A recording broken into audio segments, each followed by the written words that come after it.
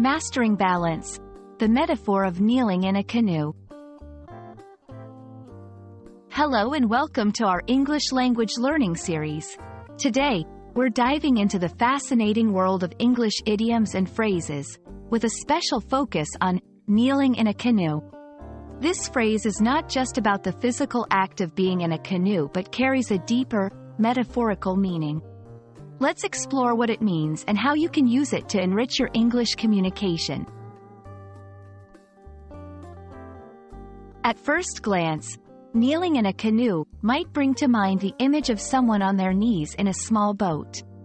This physical position is known for its instability and balance challenge. However, when we use this phrase metaphorically in English, it signifies an effort to maintain balance in a precarious or challenging situation.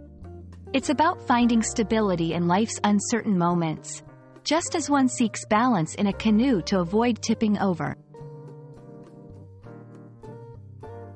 This phrase beautifully illustrates the importance of balance in various aspects of our lives. Whether it's balancing work and leisure, emotions and logic, or relationships and personal time, life constantly requires us to navigate through unstable waters. Using the metaphor of kneeling in a canoe, we can express the continuous effort and skill needed to maintain equilibrium in the face of life's uncertainties. When you want to describe a situation where you're trying to keep your cool or stay calm under pressure, you can say you're kneeling in a canoe. It's a great way to convey the struggle for stability without explicitly stating it.